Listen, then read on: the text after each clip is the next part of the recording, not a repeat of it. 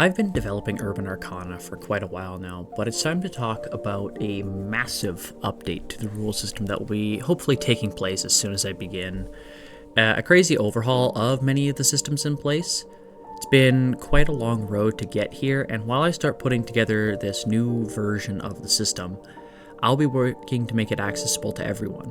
For now, what I will be completing, what I consider to be the base of the system for the time being. And I actually have some news regarding the development of Urban. I will be releasing the original version as playtest material soon. I've been super excited for this to be ready and am really happy that all my work at least has not come to waste, or I sure hope it hasn't. With that, however, I need to talk about the system in its current state as I polish up what I have made so far and where I plan to take the system.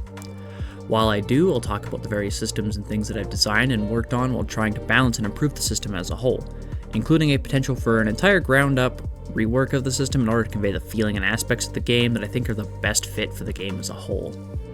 I'll be taking things one step at a time as I want to make sure this is the best system I can possibly make before I consider wide sweeping changes. For now, I'll be sticking to smaller, more impactful changes to make the system more engaging and able to be followed better by the average player. It may take time before I get to that point, considering I'm still relatively new to being a game developer. But enough of that. I'm here to provide the update to the content that I've been developing for the past while, and I shall deliver. It is time to look into the changes that have been made and the updates to the rules. But for everyone new here, let's do a quick rundown of what I'm doing with Urban Arcana and what exactly the system is. Urban Arcana is a tabletop role-playing game I've been developing solo for around 4 years now. While the rules document I've been writing and will be eventually sharing is only about 3 years old, the actual system started as a small notebook that I transferred to a digital format after give or take a year of work. The system itself was designed to be a modern to somewhat futuristic urban fantasy or secretive street magic. Something that can fill the role of a magical system while still having room for more modern adventures bereft of the usual fantasy elements. I had wanted to create a generic system that had allowed for any genre when I first developed the system, and then I discovered GURPS existed, a generic universal role-playing system for anyone who's unaware, and that kinda took the wind out of my sails. But eventually I picked up the pieces and began taking the project in another direction, trying to fill that feeling of a modern fantasy while still maintaining a different style to other systems out there. While I haven't fully achieved that, I think I'm on the correct path to getting there. The game has gone through many inspiration phases and changes ever since I started working on it, but is starting to settle into a niche I think fits it best. Now, I can't claim up front that every idea here is mine in this system. I have had many people help over the few years that I've been developing the system that has made it much easier to make progress. Going into the nitty-gritty details of what Urban Arcana is, this system uses a D100 system with the intent to be rolling high through bonuses and ways to help manipulate dice rolls. This is mostly a holdover from when I started developing tabletop role-playing games and had only been exposed to D&D at the time. The system currently is a classless EXP system where the players build their characters by purchasing skills and features using XP earned in session. But due to some things that will be brought up in this video, this is actually something that will be changing in the system. The system was designed to break some of my habits with D&D, particularly with how I viewed stats, abilities, and pacing. I wanted a system that allowed for multiple builds that did the same basic concept in different ways, that wasn't just multi-class into this and take these feats to do what you want, alongside some potential spells. While that philosophy has changed a little bit in the sense that I no longer want the headache of dealing with potentially hundreds of skills, features, and abilities to look at and remember, I have moved on to keeping the spirit of the idea alive by developing some new features that make the game, at least in my opinion, better and more streamlined in a practical manner. Now, as I wanted to make the system different to D&D, which is where it all started, I had decided to make a system that only used 5 stats and relied on the features to do the heavy lifting for the character's capabilities. This was a mistake, actually, and has been rectified at least for the most part. In addition, I wanted a system that wasn't so punishing to new players as a GM, DM, or even the player themselves making a mistake and dying session 1. Which led to the creation of a homebrew rule that I use even in my D&D games called Death Marks, which will have a video for themselves when I get around to it. Switching gears for just a moment here, the last thing to kind of give an introduction to the system that I wanted to share is the courts. Like I said earlier, Urban Arcana was designed to be a modern sort of urban fantasy game, and when working on the fantastical elements of this game, I had the idea to create a system of knightly courts that both secretly ruled society and protected it from the unknowing masses from threats beyond the mortal realm.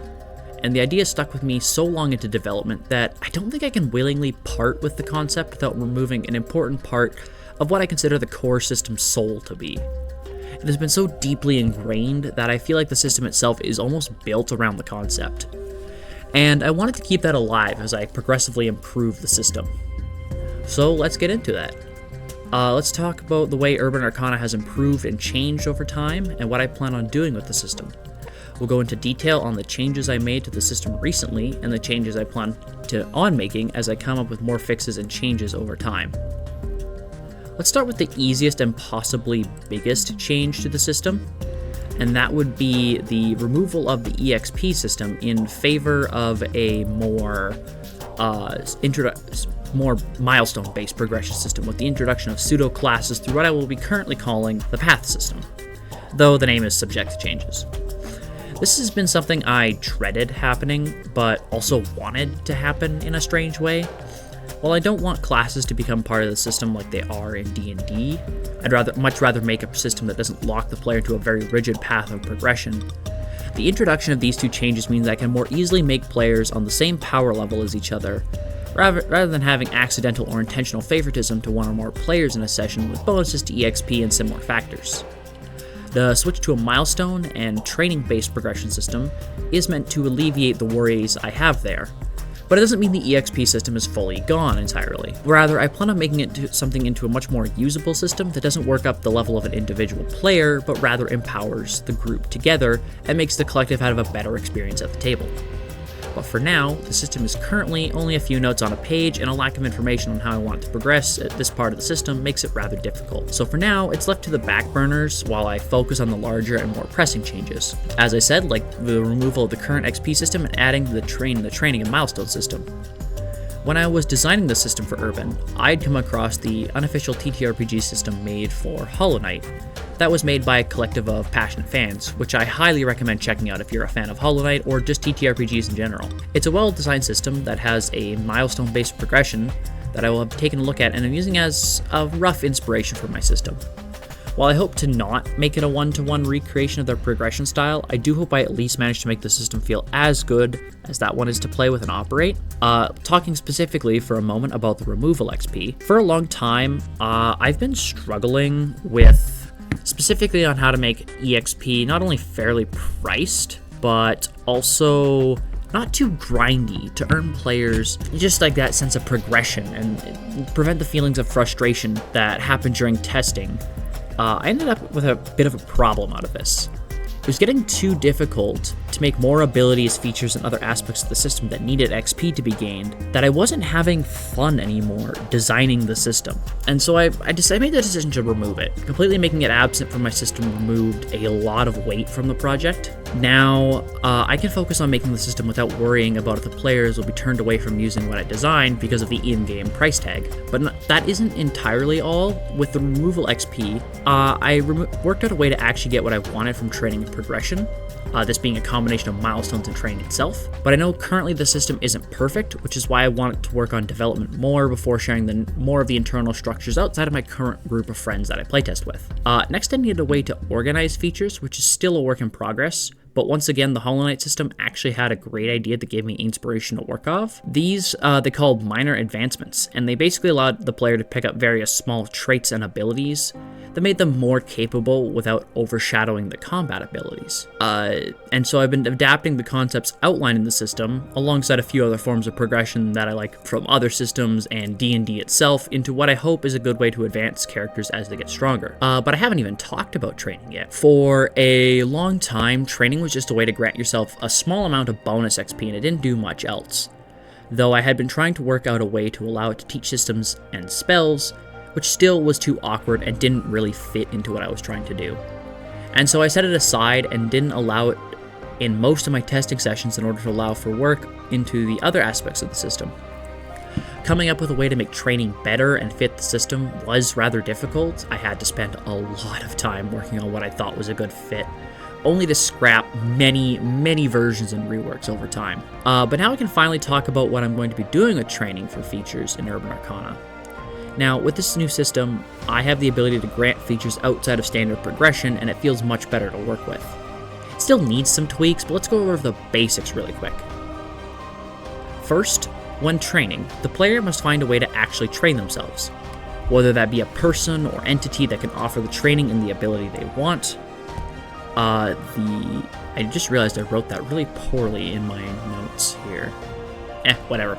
But yeah, so they must actually find a person or entity that can offer the training they want, they must have the requisite funds and time, and they must have the ability to gain said feature before starting training. Once they have all these things, each day they train, the player rolls a check in the relevant stat, with a difficulty determined by the game master in order to see how much progress they make. Succeeding on the check grants 1 point towards training, whereas failure grants nothing. However, to allow a bit more variety in results, I have added this rule to training. When a player rolls 20 or more above the target difficulty, they gain an additional point towards the training counter. If the player rolls a critical success, or 0-0, they instead gain 3 points towards their training counter. This rule is meant to give the player a chance to have training days that are better than average, but also conversely, there's this rule. If a player rolls 20 or more below the target number, they lose 1 point from their training counter. If a player rolls a critical failure, or 1-0, they lose 2 points from their training counter. This cannot go below 0 points in this fashion. This is to represent the days where they stumble and find days that are too difficult to make progress. This doesn't allow for failure in training, but it can slow progress towards getting the feature they desire. In this manner, I wanted training to be a way for players to progress while still not always having guaranteed success. A few notes on training rules that I think should be brought up. First, a player cannot be training in multiple features at the same time. This is to ensure that the gain of features is not too sudden or rapid. Second, when training, if the player chooses to abandon their training for something else, they do not keep their progress if they choose to return to pick up the skill they stopped training for. They must reset their progress to the beginning and start afresh.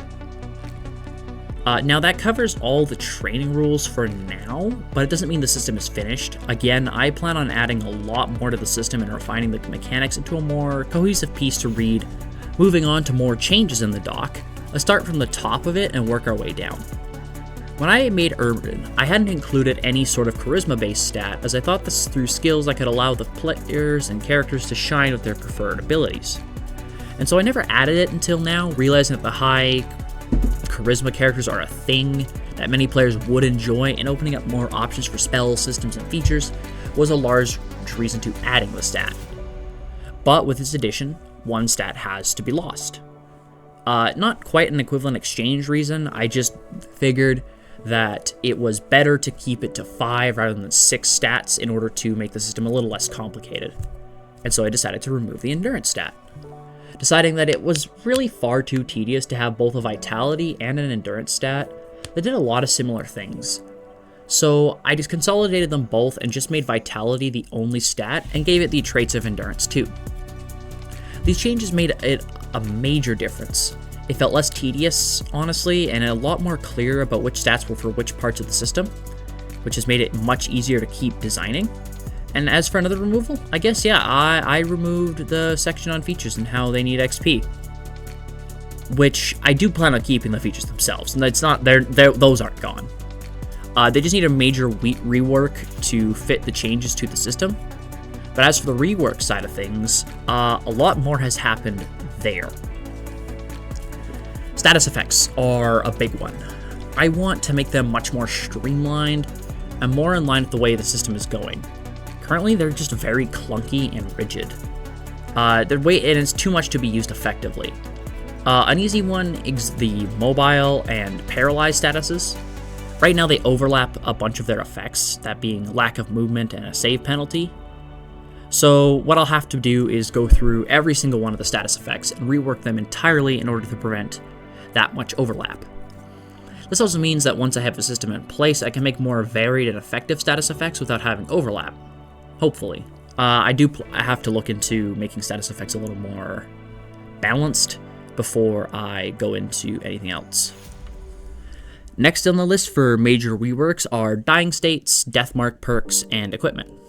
Each of these aren't bad, but it has a few issues that need correcting, and I aim to iron out these issues over the next little bit and bring them to a more cohesive spot. The problem currently is that the formula to determine the target to roll for the dying state, at least in that regard, is clunky. Once again, it's just clunky. It's not bad, it just needs to be worked a bit in order to fix it. The same is true for the deathmark perks. Right now the formula is way too restrictive. I intend to do a full rework of deathmarks in order to have, instead of having a formula to determine if you receive a perk, I actually want to fall back to an older version of the system's use of deathmarks and test it out again. This version of the system used a cost of deathmarks in order to allow the player to choose if they got a perk or not. By spending 1 deathmark, they stabilize, which has remained the same. But spending 2 would revive them to half HP. Following this, spending 3 deathmarks, they would get a full revive. And at the end of that line, if they spent a total of 4 deathmarks, or half of their total, they would receive a full revive along with a perk, with the perk being determined by the game master of the system. It wasn't a bad system when I first designed it. I had originally just changed it in order of giving the players more opportunity to survive more dangerous encounters using deathmarks, while giving the possibility of perks somewhat a random feel to it. Looking back at it, I believe that we can use this system with a few reworks in order to get closer to the result we want. First, we keep the original scaling of deathmarks, having 8 total that the player gets in their lifetime. That means if the player spends them all on perks, they only get 2. Or they can spend them on revives and stabilization and get 1 or even no perks. This isn't to say that it is impossible to get a deathmark perk if all the marks a player has is spent on revives and stabilization. I plan on adding a general feature that will give the player the opportunity to get deathmark perks from said general feature, though only up to a maximum of 2, and limiting the deathmark perks a player can have to 2 in their character's lifetime. Since these perks are meant to be relatively powerful, if a player is allowed to have up to 4, for example, it could seriously imbalance the game. And so I'll be adding restrictions to a player in order to only allow for 2 total. This hopefully is a fair and balanced change which will keep the game at least in a healthy state when it comes to offering some powerful boons while still being part of the narrative of the game. For inventory and equipment, which is up next, it has a major issue that is a holdover from when I first made the system. I've made it way too complicated. Originally, when the system was first made, it had 8 items that a player would equip themselves with, and had to do a very Resident Evil style inventory system where every item had a size and shape that they had to fit into their inventory, and this went for every possible inventory. Just didn't work. The puzzle game of fitting your ammunition, weapons, armor, random junk into your inventory wasn't good. It just sucked and was very unfun to play and run with, so I scrapped it in favor of a bulk system that is loosely based on other games. Still needs work, however. The player now currently has 16 items to be equipped, which is double what the original system had, even if the items were less complicated in how they are arranged. But it's made the system way too bulky for my tastes, and so we're on to our 3rd rework. But this time I have a plan with the knowledge I've gathered from making the system this long. I'll be reducing the number of items a player can have equipped. Instead of having 4 each for weapons, armor, and armor being split into head, body, arms, legs, accessories, and belt items, meaning you'd have 4 possible weapons, 1 piece of armor for each your head, body, arms, and legs, 4 accessories, and 4 belt items, I'll be reducing the counts in each or most of the categories. Right now, the system is looking at 2 weapons. Unless the weapons are light, then an extra weapon can be added. Armor is being reduced to 3 slots, the main armor suit, and 2 extra pieces, which can be equipped anywhere within reason. Accessories have also been reduced to 3 in order to allow for less complication. In addition, they've been divided into the categories of ring, bracelet, and pendant. It does not this aspect does not lock you into one of each type. It's just meant to be a sorting accessory method. I might make more categories, I might not. It's just kind of a thing that needs to be mentioned because certain things are like, oh, you can only have one bracelet, or you can only have one ring. But that's a specific rule tied to a specific item. Finally, for belt items, I'm going to keep those at 4. Belt items are meant to be emergency grabs and quick access items, so 4 is a good number to keep it at. It means you don't have to spend as many actions getting out life-saving items or emergency plans that could potentially be needed as soon as possible.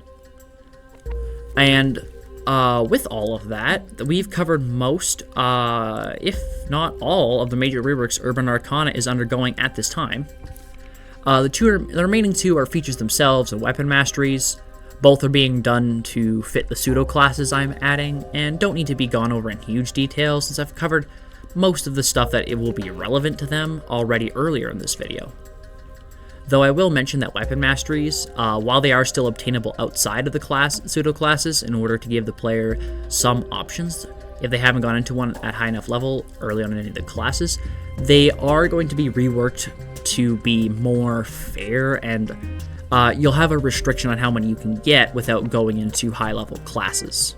There is a minor rework coming to weapon types. They're getting scaling for upgrades, being minorly reworked alongside armor to fit changes to the system. It's not a wide or drastic change compared to other things that I've talked about in the system so far. It's just mostly a small change to the math and scaling of the weapons in order to make them a bit more balanced. Finally, I'm doing what I call a minor rework, more of just a full rebuild of the system because it was really not in place for Renown. Renown being a system I copied from D&D, but really don't like how it fits. It's again one of those clunky and unusable systems that I found were too similar to D&D, and I think I can make my own Renown system that works a little more in line with what I want for Urban. With that covers the entirety of changes so far, and now I want to go into what is being added rather than being what's changed or removed. Like I stated way near the beginning, I have been removing the XP system to add pseudo-classes and a more structured progression system. This is the biggest and I think most impactful addition to the system. Originally it was designed to be a bit more freeform, like I said, with the progression being tied to when a player spent XP, rather than a milestone system that these players are now switching to. This progression system is tied to these milestones. However, I felt that capping milestones to a limit was way too restricting to a player.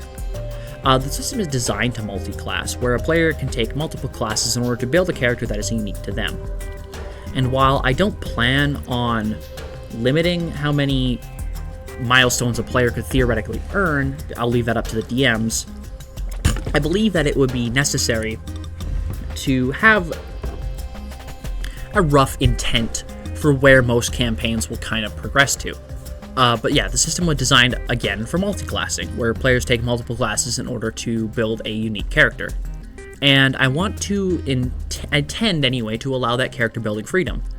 Currently, I have only developed a set of basic classes, one for each of the magic types, system types, armor types, and one for general martial prowess. These aren't perfect, and I intend to add a lot more as I go, but let's break down the actual way these classes work. Each class is effectively a small group of features that give the player a combat option of some kind. Each class will give 6 features to the player, and how this works is each class will give a set of proficiencies, mostly kinds of weapons, and the basic foundation on which the class is built, and then each level grants another feature that allows for a method of utilizing the feature gained at the base tier. Finally, the class gives 2 features at level 4, but here, the player actually has a choice in what feature they get.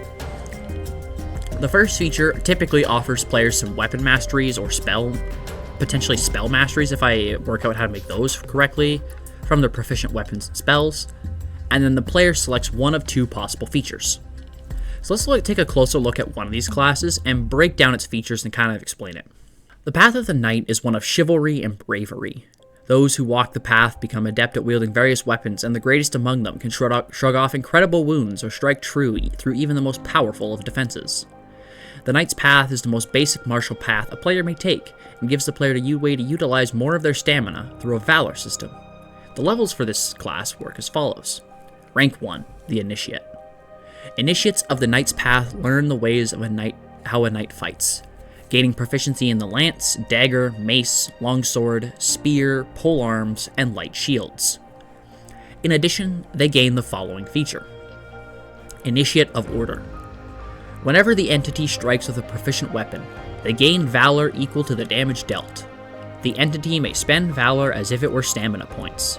Valor is lost at the end of a complete rest. So this is the introductory feature to the Knight Path and on which the foundation for the class is built. Valor is effectively another resource that the player has access to in order to give themselves a method of getting more powerful attacks that can be spent on stamina-based abilities. To not only use more of them, but also enhance them.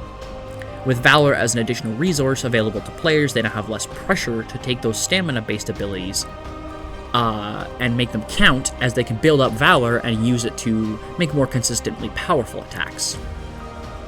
This ability is the basis on what I built the rest of the path on, which continues into the Rank 2 ability. Rank 2, the Squire.